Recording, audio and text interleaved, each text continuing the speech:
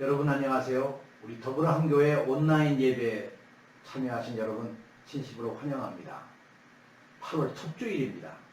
7월 한 달 다 보내고 우리가 새로운 희망을 가지고 이 달을 이렇게 시작을 합니다. 여러분 모두에게 하나님의 축복이 가득하시길 기원합니다. 그런데 사실 우리 돌이켜보면 장마 때문에 너무 많은 사람들이 죽고 재산을 다 잃고 이재민이 되고 어려움 속에 빠져 있죠. 너무나 안타깝습니다. 아직도 장마는 계속된다고 하죠. 네, 코로나19로 인해서 또 어려움 당하는 사람도 너무 많습니다.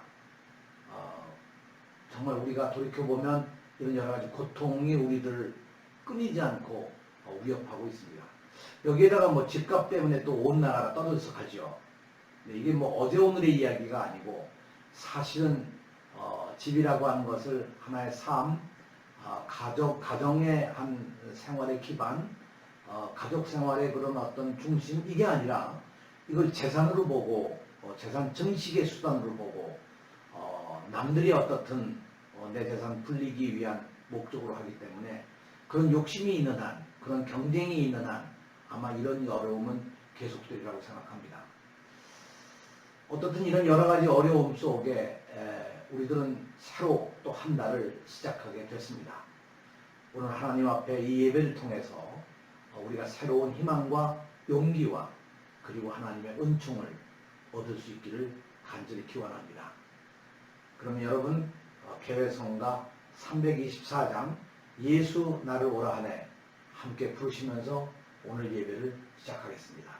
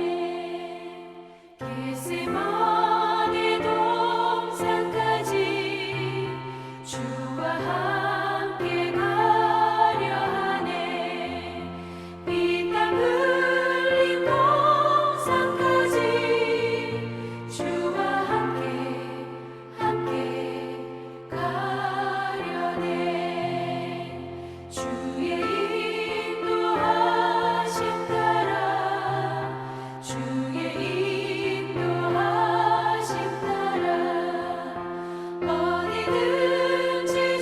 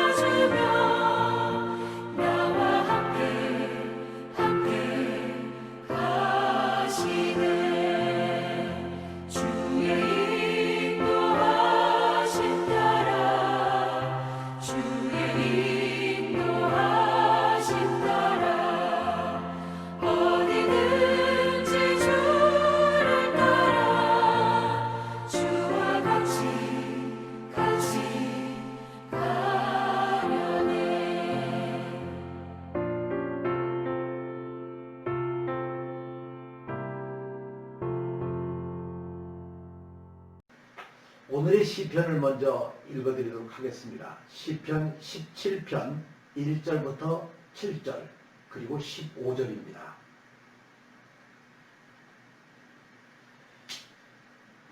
주님 나의 진실을 변호하여 주십시오.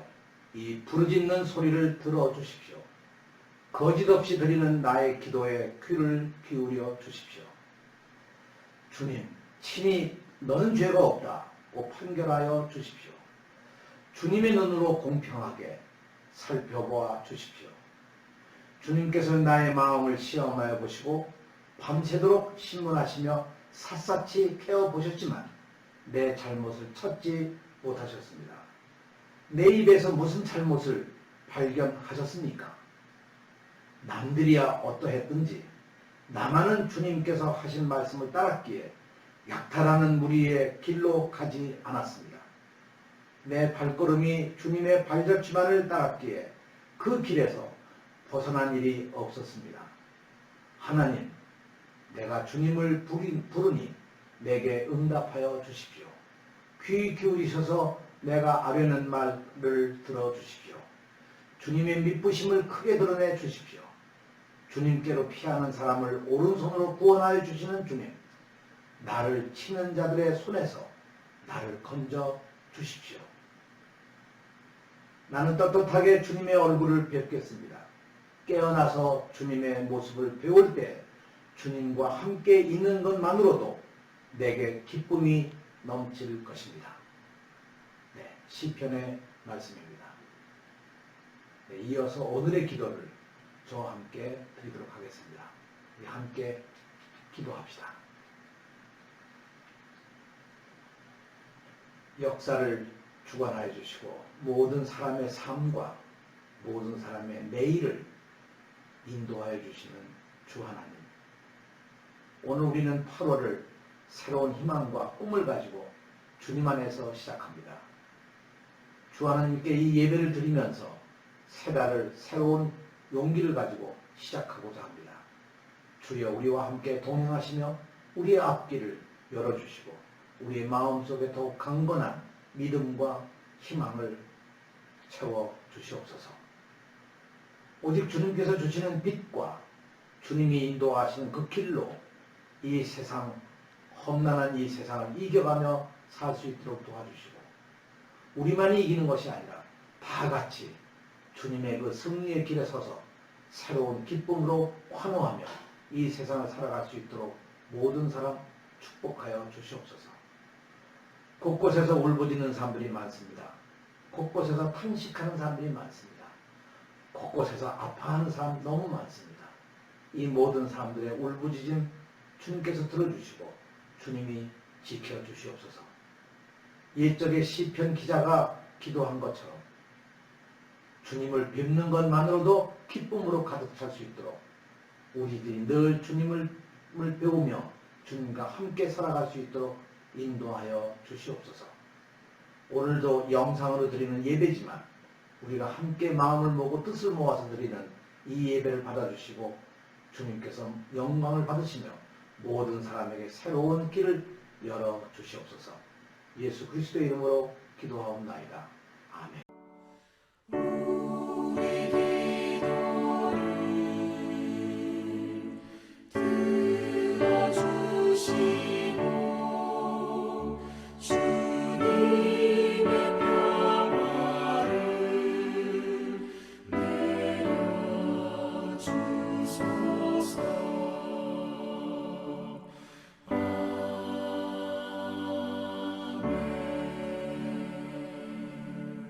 오늘의 성경 말씀을 낭독하겠습니다. 먼저 로마서 9장 1절부터 5절까지의 말씀입니다. 여러분 영상의 본문을 보시기 바랍니다. 나는 그리스도 안에서 참말을 하고 거짓말을 하지 않습니다. 내 양심이 성령을 힘입어서 이것을 증언하여 줍니다.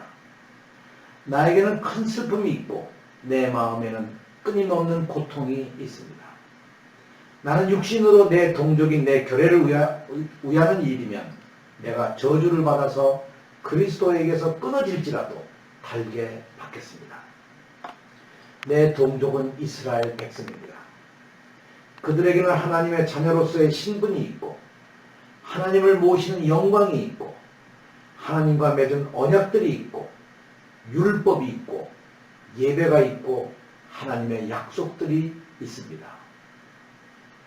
족장들은 그들의 조상이요 그리스도도 육신으로는 그들에게서 태어나셨습니다. 그는 만물 위에 계시며 영원토록 찬송을 받으실 하나님이십니다. 아멘.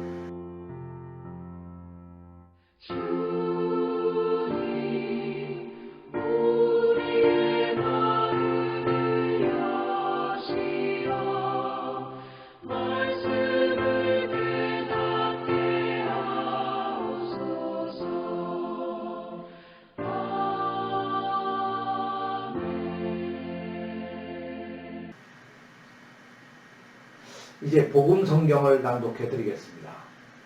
복음 성경은 마태복음 14장 13절부터 21절까지의 말씀입니다. 유명한 오병이어의 기적의 말씀입니다. 예수께서 그 말을 들으시고 거기에서 배를 타고 따로 외딴 곳으로 물러가셨다. 이 소문이 퍼지니 무리가 여러 동네에서 몰려 나와서 걸어서 예수를 따라왔다. 예수께서 배에서 내려서 큰 무리를 보시고 그들을 불쌍히 여기시고 그들 가운데서 앓는 사람들을 고쳐주셨다. 저녁 때가 되니 제자들이 예수께 다가와서 말하였다. 여기는 비인들이고 날도 이미 저물었습니다. 그러니 무리를 헤쳐 보내어 제각기 먹을 것을 사 먹게 마을로 보내는 것이 좋겠습니다. 예수께서 그들에게 말씀하셨다. 그들이 물러갈 필요가 없다. 너희가 그들에게 먹을 것을 주어라. 제자들이 예수께 말하였다. 우리에게 있는 것이라고는 빵 5개와 물고기 2마리밖에 없습니다. 이때 예수께서 말씀하셨다. 그것들을 이리로 가져오너라. 그리고 예수께서는 무리를 풀밭에 앉게 하시고 그리고 나서 빵 5개와 물고기 2마리를 들고 하늘을 우러러보시고 축복 기도를 드리신 다음에 떼어서 제자들에게 주시니 제자들이 이를 무리에게 나누어 주었다. 그들은 모두 배불리 먹었다. 남은 부스러기를 모으니 12광주리에 가득 찼다. 먹은 사람은 여자들과 어린아이들 외에 어른 남자만도 5,000명쯤 되었다. 네, 복음 성경의 말씀입니다.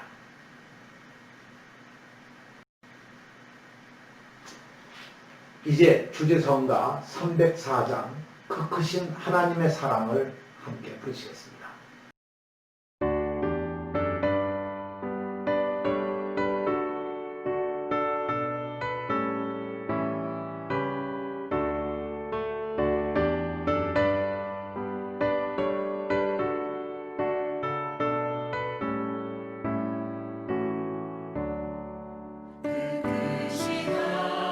하나님의 사랑 알로 나여 영원하네.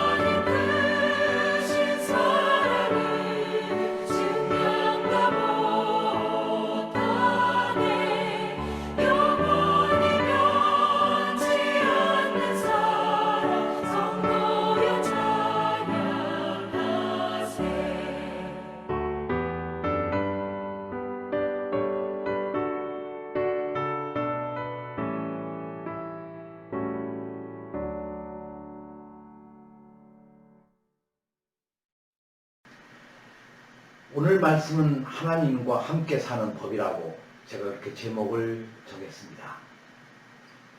어떻게 사는 것이 하나님께 사는 걸까? 사실 우리 기독교인들에게 있어서 가장 핵심은 하나님과 동행하는 것, 하나님과 함께 사는 것, 하나님의 길로 가는 것, 그런 것이 아니겠습니까?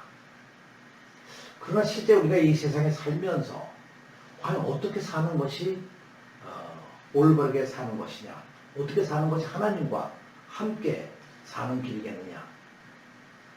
오늘 들은 이 로마서에서 이 바울은 이렇게 얘기합니다. 우리가 다 이스라엘 백성들 아니냐. 그러니 우리들이 하나님과 함께 이렇게 살아야 된다. 근데 이미 우리들이 사는 것은 이런 증거가 있지 않냐. 벌써 이미 우리는 하나님의 자녀가 되었고, 우리는 하나님을 모시는 영광이 있고, 우리는 하나님과 맺은 언약이 있고, 그리고 우리를 지켜준 율법이 있고, 우리가 하나님께 드리는 예배가 있지 않느냐. 이런 것으로 우리는 하나님과 함께 사는 것이 아니겠느냐. 그렇게 이야기하고 있죠. 저는 이 말씀을 되새기면서 이 바울 사도가 얘기하는 이 대목에서 우리도 역시 어떤 것이 과연 우리를 하나님과 함께 사는 것이라고 하는 증거라고 할까? 증명이 되는 게 뭘까? 보증이 되는 게 뭘까? 그래 우리가 뭐 세례를 받아서 하나님의 가족이 되고 하나님의 자녀가 됐죠. 그럼 우리가 늘 그렇게 고백을 합니다.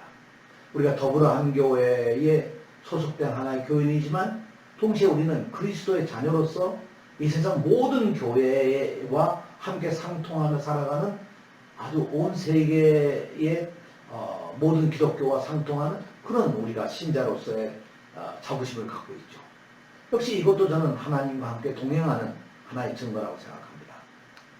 우리도 주일마다 예배를 보고 지금 코로나 바이러스 때문에 이렇게 모여서 예배를 드리지 못한 채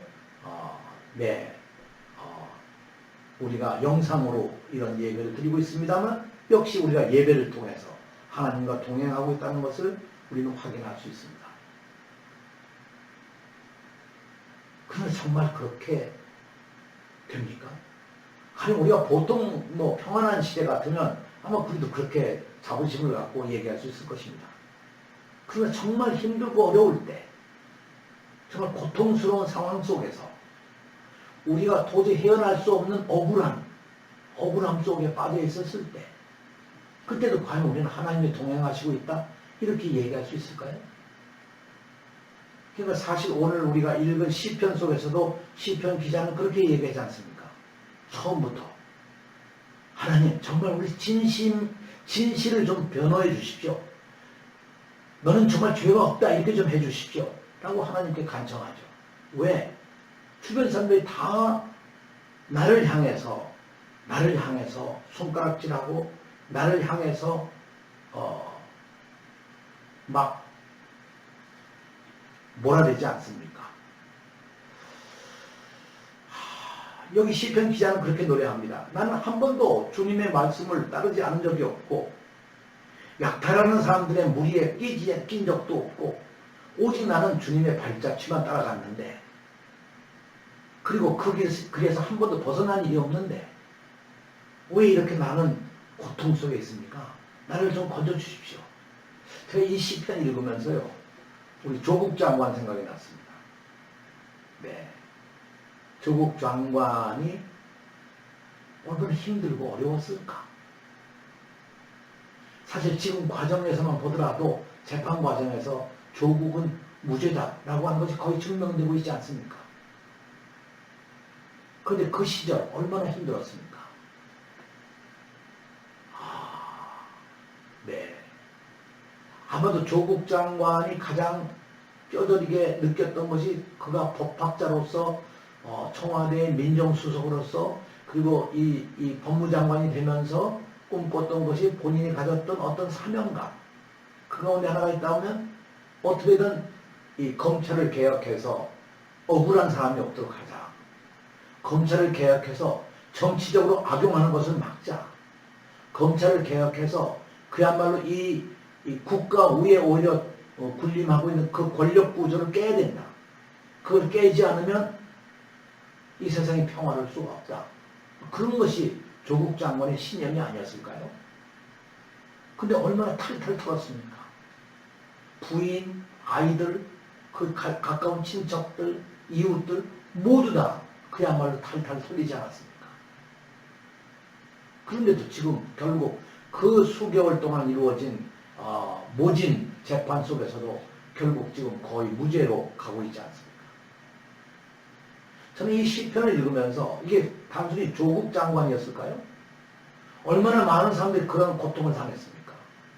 특히 민주화 과정에서 독재와 싸우는 길에서 혹은 정의를 부르짖는 노동자들 속에서 또 억울함을 당한 사람들이 정말 호소하면서 얼마나 많은 사람들이 고통스럽게 된 걸 외쳤겠습니까?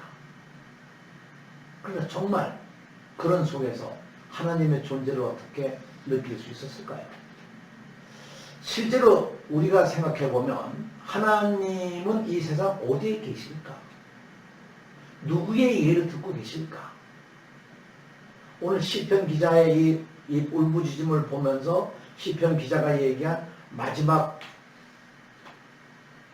귀절이 바로 우리들에게 주는 하나의 감동적인 하나의 표현이었죠.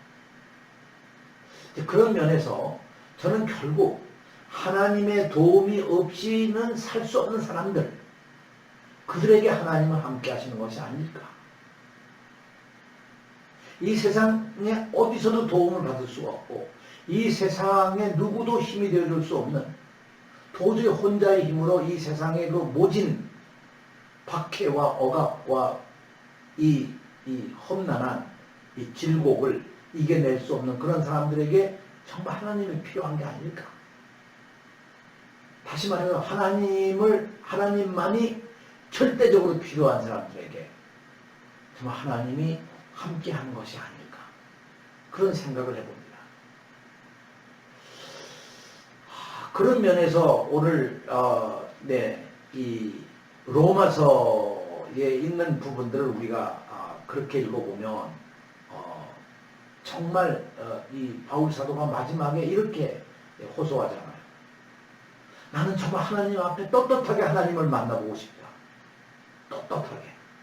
그래서 정말 주님과 함께 있는 것만으로도 내가 기쁨이 넘칠 것이라고 하는 이 바울의 이 이야기는요. 사실은 바울이 겪었던 그 삶의 과정 속에서 얼마나 험난한 마지막 시대를 겪어갔습니까?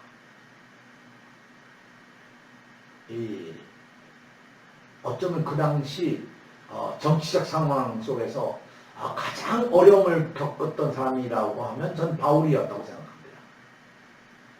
끝내는 결국 죽임을 당하지만 그저 바울이 원했던 마지막 한 가지의 소망이 있었다면 주님과 함께 있는 것만이라도 그 기쁨이 있고 그 기쁨을 간직하고 싶다는 것. 앞서서 말씀드린 이스라엘 백성이기 때문에 누릴 수 있는 여러 가지 약속들, 하나님의 언약, 율법, 예배, 하나님의 자녀, 하나님께 드리는 영광, 이런 것들만이 아니고 오히려 정말 바울이 기대할 수 있었던 것은 주님과 함께 있는 것만으로 나는 만족하고 기쁘다. 결국 저는 이 마지막 절대적인 소망, 절대적인 희망이 결국 무엇을 의미하는가 하는 걸 우리가 한번 생각해 볼 필요가 있습니다. 여러분, 온 세계가 지금 코로나19, 코비드19로 전 세계가 몸살을 앓고 있습니다. 옛날 이 흑사병으로 수많은 사람이 죽어가던 그때를 방불케 하는 그런 엄청난 일이죠. 벌써 1800만 명에 가까운 사람들이 확진자가 되었고요. 그 가운데 70만 명에 이르는 사람이 목숨을 잃었습니다. 매일같이 수십만 명의 새로운 환자가 발생하고 곳곳에 죽음의 어두운 그림자가 세상을 뒤덮고 있죠. 이게 앞으로 얼마나 더 번지는지, 몇 년을 더 갈는지 알 수가 없는 그런 상황입니다. 우리나라도 이미 14,000명이 넘는 사람들이 확진을 받았고, 이 3,000명이 넘는 사람, 미안합니다. 300명이 넘는 사람들이 목숨을 잃었습니다. 저는 이 경기도교육청에서 학교를 지키면서 학생들을 지켜내는 책임이 있기 때문에 늘상 그것이 고민입니다만, 그래도 아직까지 경기도 안에 학교 안에서 감염이 확산된 것은 한 건도 없었습니다. 밖에서 다 감염이 된 학생들, 밖에서 감염된 교직원들은 있었습니다만, 그 숫자도 학생 수 전체에 보면 아주 미미한 숫자에 불과했습니다. 정말 그것은 우리에게 큰 축복입니다. 경제고 또 정말 지금 재앙이 온다고 얘기하지 않습니까? 지금 상태로 가면 공황 상태가 오리라고 얘기를 하죠. IMF의 발표에 의해 보면 지금 성장률이 그야말로 이 폭망하는 그런 상태로 가고 있다고 하죠. 유럽은 지금 평균 마이너스 9%의 이 GDP의 하락, 경제 성장률이 떨어지고 있다는 겁니다. 미국이 지금 2분기 GDP의 9.5 마이너스 9.5 성장률을 보이고 있는데요. 이거를 저도 잘 모르겠습니다만 연간으로 이렇게 계산한 연율로 계산하면 미국은 마이너스 32.7%로 떨어지고 있다고 하는 겁니다. 사실 미국의 이 어떤 절망적인 이 상황은 다만 미국의 것만 아니죠. 독일도 지금 현재 마이너스 10.1을 기록하고 있습니다. 그래도 OECD 국가에서 제일 좋은 나라가 우리나라라고 합니다. 우리나라가 지난 2분기 경제 성장률이 마이너스지만 마이너스 3.3으로 그래도 양호하다는 거죠. 저는 이게 국민의 힘이라고 생각합니다. 저는 이런 점에서 정말 어려운 시기를 우리가 이렇게 보내고 있는데, 어쩌면 우리 앞에 희망이 보이지 않는데 어떻게 희망을 만들어 갈 것이냐 하는 거죠.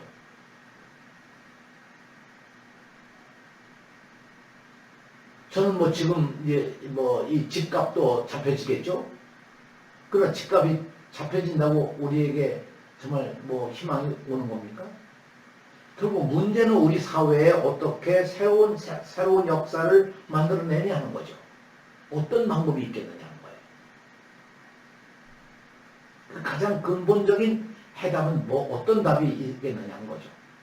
이걸 오늘 예수 그리스도께서 우리에게 보여주신 5,000명을 먹인 기적의 사건이 아주 유명한 얘기죠. 우리가 이 얘기는 입이 닳도록 외우다시피 했고 주일학교에서도 배우고 모두가 다 아는 일이 아닙니까? 근데 마태복음에 전하는 거 보면 남자만 5,000명이 먹었다고 그러니까 오병이어가 아니라 적어도 15,000명, 어린아이들과 여자들까지 하면 15,000명, 아마 몇만 명은 됐으리라고 생각합니다. 몇만 명을 먹인 기적. 근데 오늘 이 이야기 속에 우리가 아주 이 본문 속에 우리가 정말 이 주의 깊게 바라봐야 될 하나의 대목이 있다면 이 대목입니다. 자, 들판입니다. 수만 명이 예수를 따라왔습니다. 먹을 것도 없이 따라왔습니다. 어떤 의미에서 먹을 것이 없다고 하는 건 이제 절망적인 상황인 거죠. 내일의 희망이 없는 사람들이죠. 이 사람들이 예수께 온 겁니다. 예수에서 어떤 희망과 어떤 길이라도 얻기 위해서 온 거죠. 예수는 그들에게 뭔가 해줘야만 했습니다. 그 큰 무리들이 모여들어서 저녁 때가 됐는데 제자들은 저들은 다 집으로 보냅시다. 예수께 온 사람들에게 어떻게 빈손으로 빈 배로 집으로 돌려보낼 수 있겠습니까? 저는 이들의 지금 상황을 우리가 아주 이 복음서에서는 간결하게 이렇게 기록하고 있지만 배후의 생각을 우리가 한번 들춰보면 이 사람들이 얼마나 절망적이게 그곳까지 강을 건너 산을 넘어 마을에서 줄줄이 여기까지 왔겠습니까? 어린아이들까지 끌고, 여기 중요한 대목이 그겁니다. 어린아이들까지 끌고 여기까지 다시 말해 온 가족이 몰려온 이것은 그야말로 이 죽음의 상태, 죽음의 현장에서 어떻게 살아남을 수 있을까 하는 그런 아주 절망적인 상황에서 예수께 찾아온 거 아니겠습니까? 아마도 그것이 그들에게는 마지막 길이었을지도 모릅니다. 제자들이 얘기합니다. 저 사람들을 먹이려면요, 가게 가서 지금 가서 사오려고 해도 이게 다 되겠습니까? 이게 오늘날 우리가 얘기하는 경제 논리의 하나죠. 예. 경제 논리로 사람을 바라본다는 것 자체가 문제가 있는 겁니다. 사람이 먼저 되고 그 후에 경제 논리가 있어야 되는데 오히려 경제 논리에서 사람을 조종하고 가는 이런 상황이 오늘날 상황이 아니겠습니까? 그래서 예수께서는 그들에게 이렇게 얘기합니다. 그들이 물러갈 필요가 없다. 왜 가게 하느냐? 그러면서 그 다음 말씀이 정말 기가 막힌 것이죠. 네. 너희가 그들에게 먹을 것을 주어라. 와, 이건 대단한 얘기입니다. 너희가 그들에게 먹을 것을 주어라. 그러니까 제자들이 얘기합니다. 아니, 주님, 우리 가진 게 빵 5개 하고 지금 이 물고기 2마리밖에 없는데 뭐를 더 내라고 하는 겁니까? 저는 사실 이 대목을 보면서요, 요즘이 주택대란이 일어났는데 지금 정부 고관들에게 집 2채 이상 가진 사람들 다 팔고 그거 나와라 그렇게 명령하지 않습니까?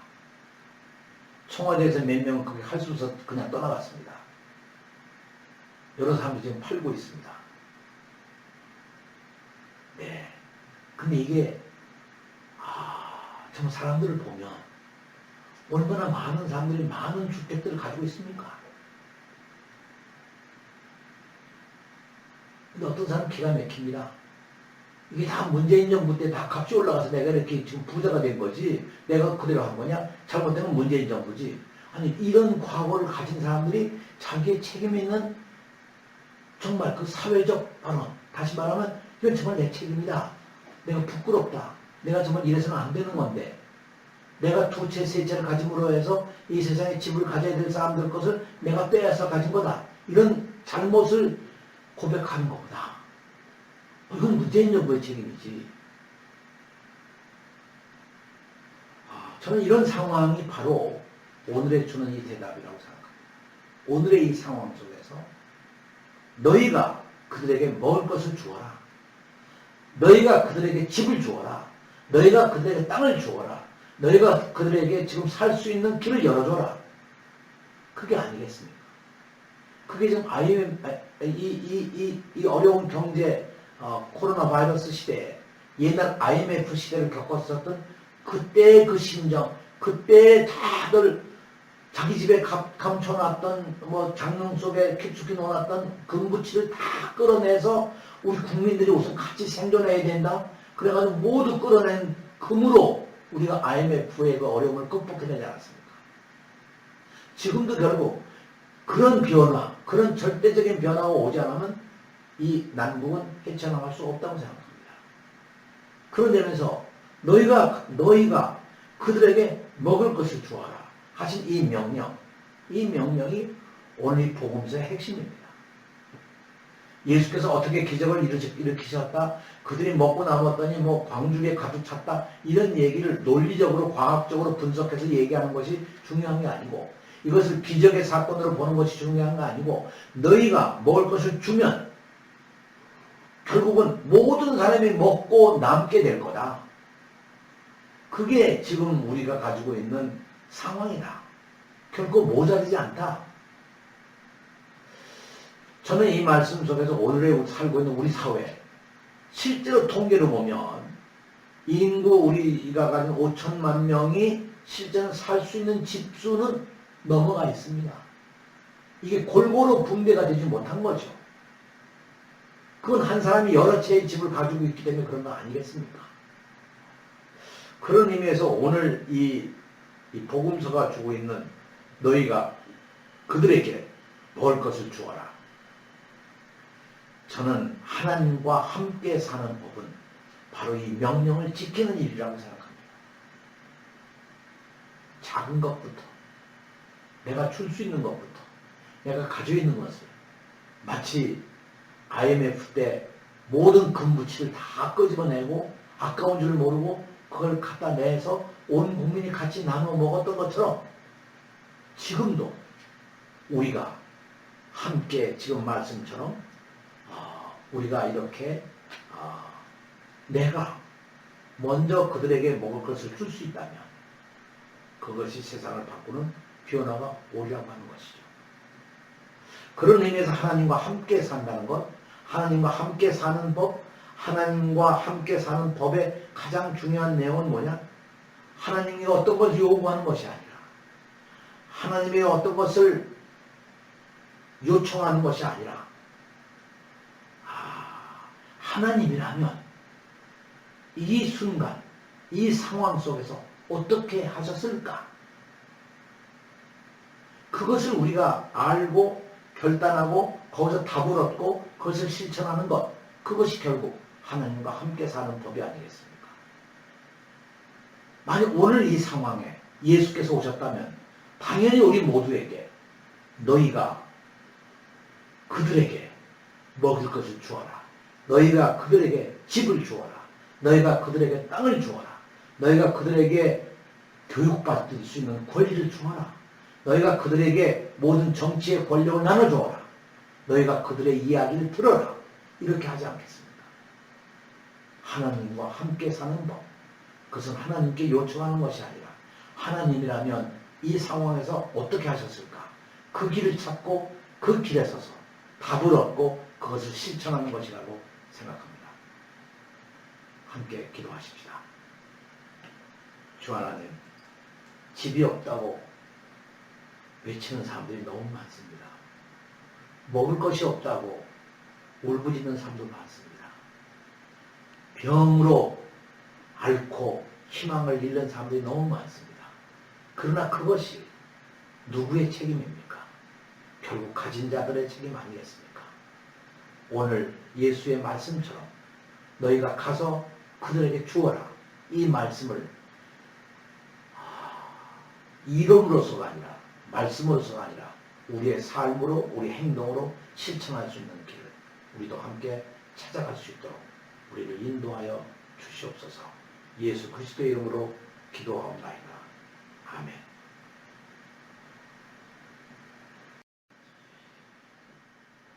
네, 이 영상 예배라는 게 우리가 너무 길면 또 안 되니까 이런 정도에서 끊고자 합니다. 네, 다음 주일도 역시 우리는 영상 예배로 드리도록 하겠습니다. 네, 교회의 여러 가지 일어나는 여러 가지 일들에 대해서 필요한 내용들에 대해서 여러분에게 설명을 드리도록 하겠고요. 네, 오늘 예배는 원래 신경아 목사님의 순서였는데 제가 대타로 오늘 나서게 되었습니다. 네, 아무쪼록 네, 주일 오후 네, 기쁘고 즐겁게 지내시길 바랍니다. 네, 여전히 비가 오고 다음 주에도 장마는 계속된다고 하는데 특히 건강도 잘 살피시면서 네, 이제 한 주간을 잘 보내시길 바랍니다. 네, 할 수 있는 분들은 교회 구좌로 헌금도 해주셔도 좋습니다. 원래 예배에는 꼭 헌금을 하는 것이지만 우리가 이런 상황이기 때문에 헌금을 못하는데 구좌로라도 헌금해 줄 수 있다면 감사하겠습니다. 여러분, 오늘 예배에 오신 여러분에게 다시 한번 환영을 드리면서 네, 오늘 이 예배를 마치도록 하겠습니다. 그러면 축복 기도를 함께 나누도록 하겠습니다. 영광과 평화의 주 하나님, 이제 온 세상의 어려움 속에 빠져있는 사람들에게 희망을 주시고 어려움 속에 있는 사람들에게 새로운 삶의 길을 열어주시고 어려움 속에 있는 사람들에게 서로 힘을 모아 새로운 미래를 열어갈 수 있는 꿈을 허락하여 주시옵소서.